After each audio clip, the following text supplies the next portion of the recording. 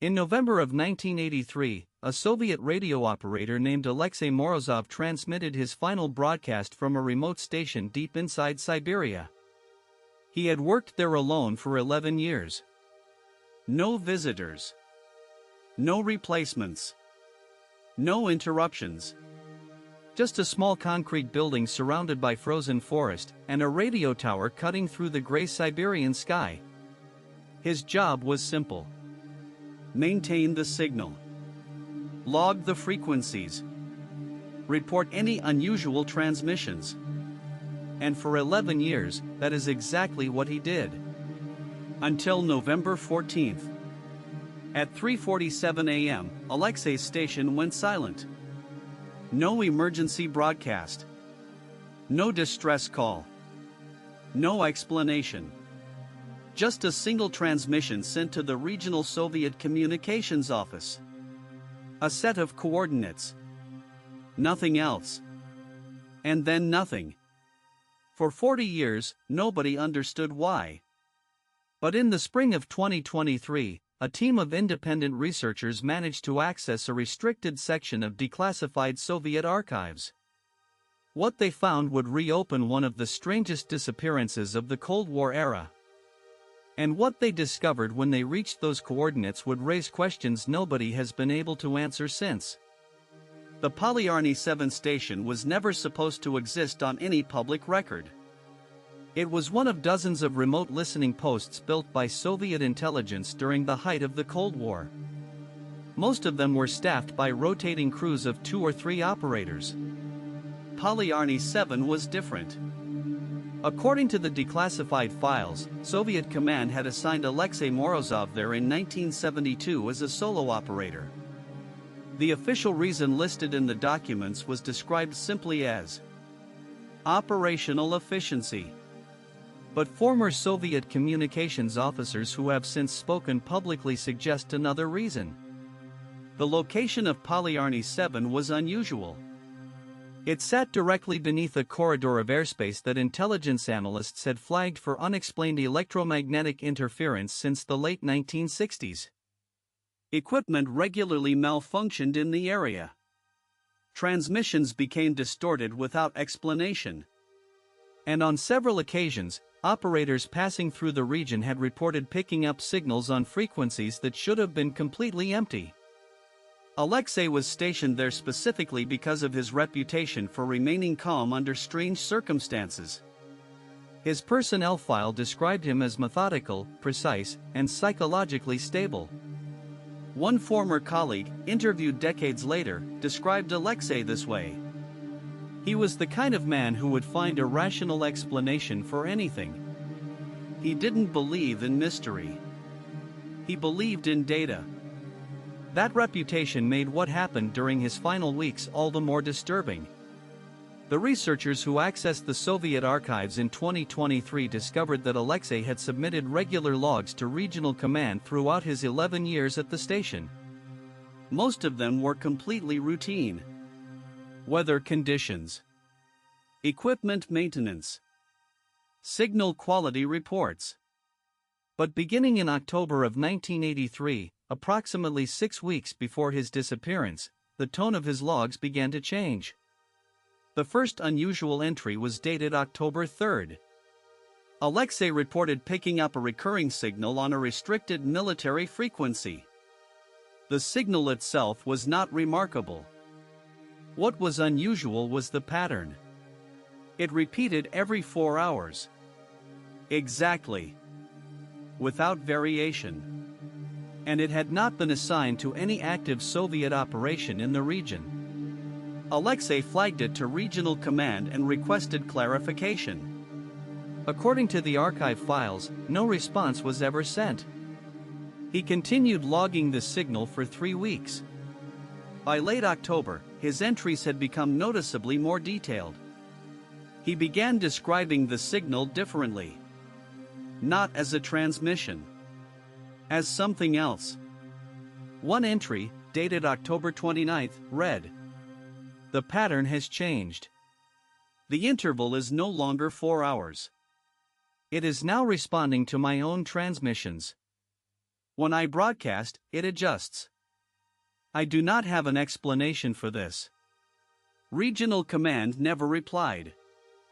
By early November, Alexei had stopped filing routine weather reports entirely. His logs became focused exclusively on the signal. He had begun attempting to decode it. And according to the archive files, he believed he was making progress. The final log entry before his disappearance was dated November 13th, one day before his last transmission. It read, "I have isolated the source coordinates. The signal is not coming from another station. It is not atmospheric. The origin point is 11 kilometers northwest of this location. I intend to investigate tomorrow morning. I am transmitting the coordinates now in case I do not return." Those were the coordinates he broadcast at 3:47 a.m. on November 14th. And then Alexei Morozov was never heard from again. Soviet authorities sent a recovery team to Polyarny 7 within 72 hours of losing contact. The team's report, which remained classified for decades, described the station as completely intact. No damage. No signs of struggle. No evidence of forced entry or extreme weather. Everything was exactly in its place. Except for one detail the report noted without explanation. Alexei's logbook was open on the desk.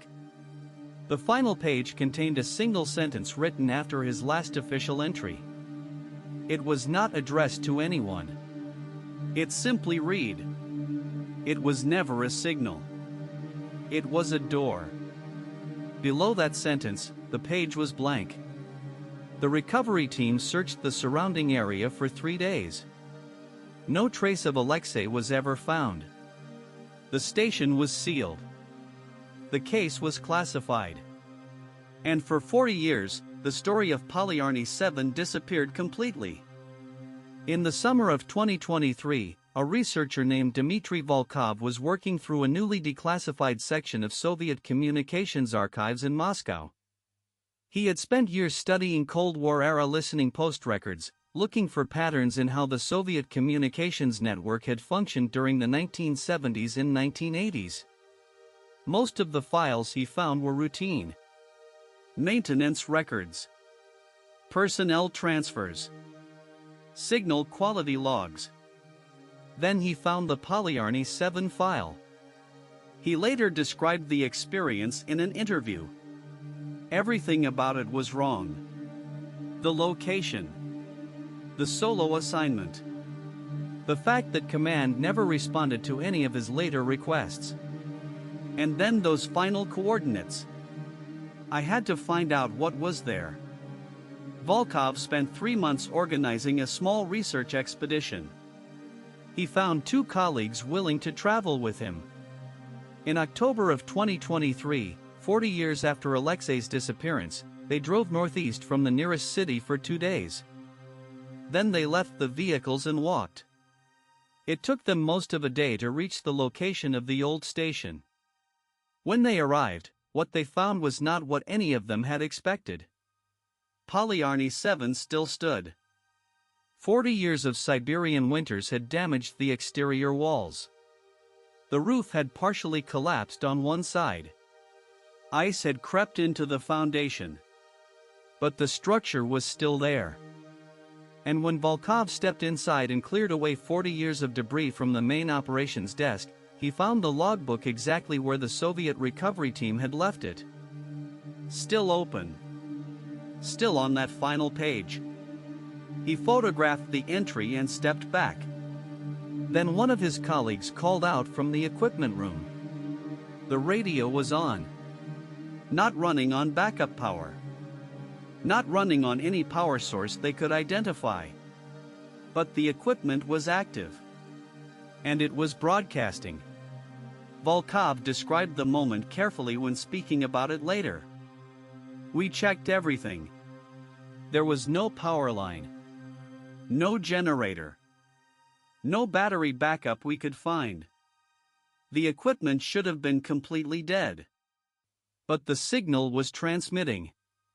The same frequency Alexei had flagged in his October logs. Still going. After 40 years. They recorded everything.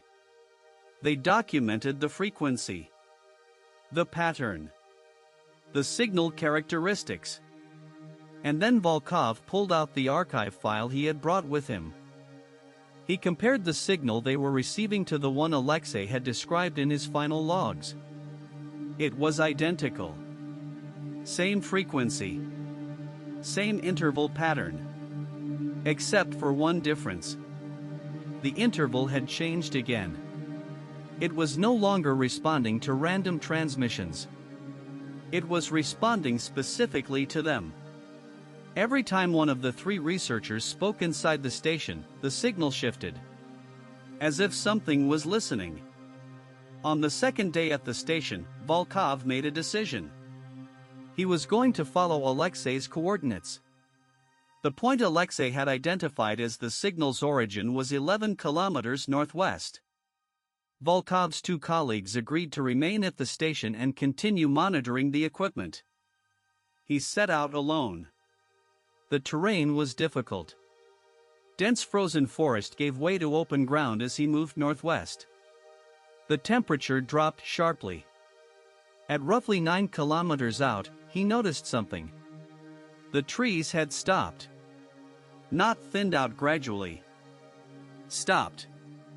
In a nearly perfect line stretching as far as he could see in both directions, the forest ended. And beyond that line, the ground was different. The snow was undisturbed. But the ground beneath it was not flat. There were shapes under the snow. Regular shapes. Geometric. As if something had been built there, long ago, and had slowly been buried by decades of snowfall. Volkov moved forward carefully. He began photographing everything. And then he stopped. Because in the center of what appeared to be a large clearing, standing alone in the snow, was a figure. Motionless. Facing away from him. Volkov later said he stood completely still for almost a full minute. Then he called out. No response. He moved closer. And then he realized what he was looking at. It was a person. Or it had been. A man, standing upright, completely encased in ice. Preserved perfectly. Volkov circled around slowly until he could see the face. He recognized it immediately from the personnel photograph in the archive file he had been carrying for months. It was Alexei Morozov. 40 years old. Still in his station uniform. Still standing exactly where he had stopped walking. Both hands were raised slightly in front of him. As if he had been reaching toward something. Or walking through something. And his eyes were open. Looking directly at a point in the empty air in front of him. There was nothing there. No structure. No equipment. No explanation. Just open ground and silent Siberian sky. Volkov documented everything he could. He spent nearly 2 hours at the site before walking back to the station. He did not speak when he arrived. He sat down at the operations desk and remained there for a long time. His colleagues asked him what he had found. He showed them the photographs. Neither of them spoke either. That night, inside the station, the radio signal changed for the first time since they had arrived. The regular interval pattern stopped. And a new transmission began. It lasted for 47 seconds. Volkov recorded it and later had it analyzed by 3 separate audio specialists. All 3 agreed on what the recording contained. It was not code. Not static. Not atmospheric interference. It was a voice. Distorted almost beyond recognition. But a voice. Saying something. The same thing. Repeated several times across 47 seconds. The specialists disagreed on some of the words. but all three agreed on the final phrase clearly audible near the end of the transmission. 4 words. I found the door. After returning from Siberia, Volkov filed reports with 3 separate Russian scientific institutions. He submitted his photographs, his recordings, and his full expedition documentation. 2 institutions declined to respond. The third requested the original recording files and then went silent. Volkov published his account independently several months later. He included everything he had documented except for one detail. He did not publish the full coordinates of the site. When asked why, he gave the same answer every time. Because the signal is still active. Whatever Alexei found out there, it is still transmitting. And whatever it is, it has been listening for a very long time. He added one final statement in a later interview. Something that investigators and researchers who followed the case found impossible to stop thinking about. When I walked back from the coordinates, I kept checking behind me. Not because I heard anything. Because the signal in my recording equipment kept shifting every time I moved. Responding to me. Tracking me. He paused before finishing. It had been watching Alexei for weeks before he went to find it. I had been there for 2 days. The Polyarny 7 case remains officially unresolved. No government institution has publicly acknowledged the site. No scientific organization has launched an official investigation. The radio frequency Alexei first flagged in October of 1983 continues to transmit. Independent researchers monitoring it have noted that the interval pattern changes periodically. As if something is still adjusting. Still listening. Still waiting for someone to come close enough. Alexei Morozov stood in that frozen clearing for 40 years. Both hands raised. Eyes open. Looking at something nobody else could see. And in the station 11 kilometers away, the equipment he had maintained alone for 11 years continued to run. Without power. Without explanation. Broadcasting the same signal into the empty Siberian sky. The last entry in his logbook said it was never a signal. It was a door. Alexei found it. And whatever was on the other side, it has never closed.